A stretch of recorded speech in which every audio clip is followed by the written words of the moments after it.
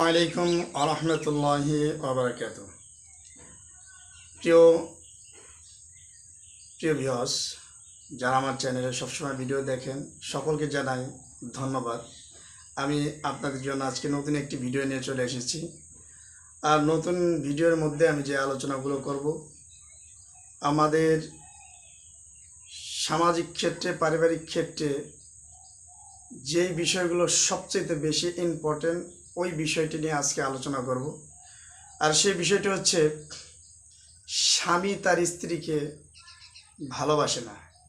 কী কারণে স্বামীর ভালোবাসা স্ত্রী থেকে উঠে যাচ্ছে, এই বিষয়ের উপর আলোচনা করব।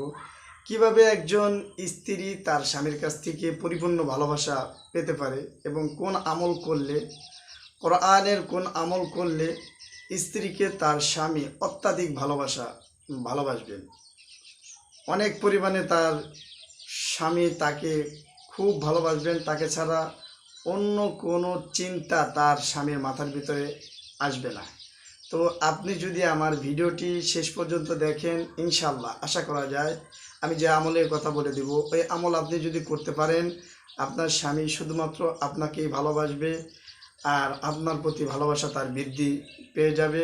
আর অনেক আপনার স্বামীর ভিতরে আপনার জন্য অনেক মায়া কাজ করবে। তো আসুন আমরা এই আমল সম্পর্কে জেনে নেই। আমল সম্পর্কে জানতে হলে আপনাকে সুন্দরভাবে আমার কথাগুলো বারবার শুনতে হবে এবং এই অনুযায়ী আপনাকে আমল করতে হবে। তাহলে আপনি চলে আসুন, এবার আমরা কিভাবে আমল করতে পারি। অনেক স্ত্রী আছে যে তার স্বামীর বাড়ি থাকতে পারে না, স্বামীর জুলুমের কারণে, স্বামীর নির্যাতনের কারণে। অনেক স্বামীরা আছে তারা বিভিন্ন মাদকাসক্তির বিষয়ের সাথে জড়িত, ইনভলভ থাকার কারণে স্ত্রীদের উপরে অনেক ধরনের প্রেশার ক্রিয়েট করে। তো ওই জ্বালা যন্ত্রণা, স্বামীর যন্ত্রণা সহ্য করতে না পেরে স্বামীর বাড়ি ছেড়ে চলে আসে। তারপরে চলে যায় নিজের বাপের বাড়ি। নিজের বাপের বাড়িতে যাওয়ার পর কিছুদিন ভালো কাটে। তারপরে আমি একটা কথা বলবো সব সময়, যে আপনার স্বামী যদি আপনাকে একবার ভালোবাসে, দুনিয়ার সব মানুষ আপনার যদি বিরোধিতা করে, তাহলে কখনই আপনার স্বামীর কাছ থেকে আপনি অন্য আরেকজনের কথা শুনে আপনার স্বামীর সংসার আপনি ছেড়ে চলে যাবেন না। কারণ স্বামীর সংসার ছেড়ে চলে যাবেন, আপনি যাওয়ার পরে আপনি চিন্তা করবেন যে আমি অন্য কোথাও গিয়ে হয়তো অনেকটা ভালো থাকতে পারবো। যে না, আপনি অন্য কোথাও গিয়ে ভালো থাকতে পারবেন না।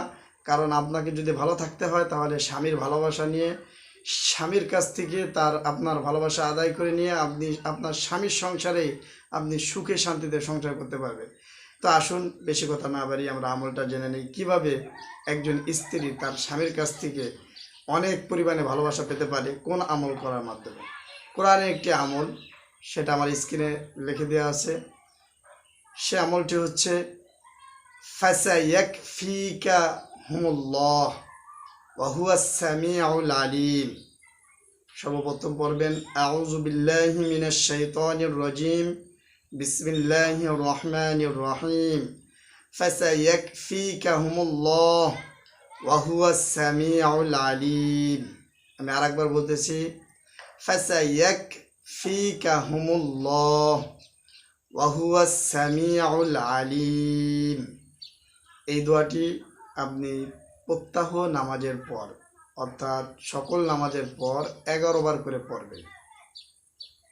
11 বার করে পড়ার পরে একটা একটা গ্লাসের ভিতরে আপনি পানি নেবেন। ওই পানিতে আপনি ফু দিবেন। ফু দেওয়ার পর ওই পানি আপনি আপনার স্বামীকে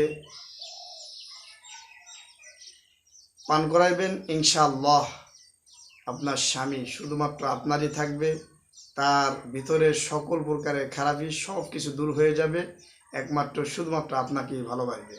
আর একটি নকশা, যে নকশাটি আমার স্ক্রিনে দেওয়া আছে, এই নকশাটি আপনারা লিখে একটা কবজ করে আপনার সঙ্গে রেখে দিবেন। ঠিক আছে? যদি আপনি 5 ওয়াক্ত নামাজি হন, তাহলে আপনি নামাজে বসে চেহেলকা পড়ে, দুরূদ শরীফ পড়ে, ঠিক আছে, সূরা তারিক পড়ে, তারপরে আপনি এই নকশাটি আপনি লিখবেন। লিখে তাবিজের মধ্যে ভরবেন। ভরার পরে তারপরে এইটা আবার মাঝে মধ্যে একটু ভিজিয়ে পানিতে ডুবিয়ে আপনি আপনার স্বামীকে পান করাবেন। ইনশাআল্লাহ আশা করা যায় যে আপনার স্বামী আপনাকে খুব ভালোবাসবে, মহব্বত করবে। তো প্রিয় ভাই ও বোনেরা, যারা আমার ভিডিওটি দেখলেন, আপনারা অবশ্যই আমার ভিডিওতে লাইক দিবেন, শেয়ার করে দেবেন। সকালে ভালো থাকবেন। আসসালামু আলাইকুম ওয়া রাহমাতুল্লাহ।